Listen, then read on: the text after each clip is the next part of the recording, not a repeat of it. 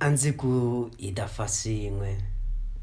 Rirhandzu a ri khuluka bya nambu, ri rhelela bya guxe, ri tsokombela bya vulombe, ri vangama bya nyeleti. Mani na mani a vona rona, siku na siku a wu fona.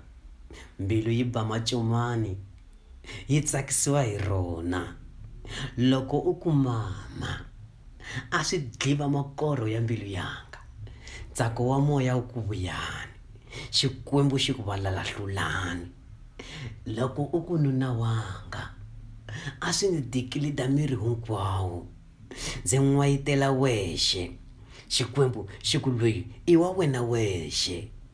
Kasi loko nkarhi wu famba ni ntsako wa tolo. Namuntlha swi nyamalarile, ku lo sala ku banana hi rhanga ro hisa. A ndzi ku hi ta fa swin'we, kasi xi ta ndzi tekela wena lexa sesi. Xi endla u rivala ni vito ranga, xi ndzi hundzula xihlekiso eka vanghana.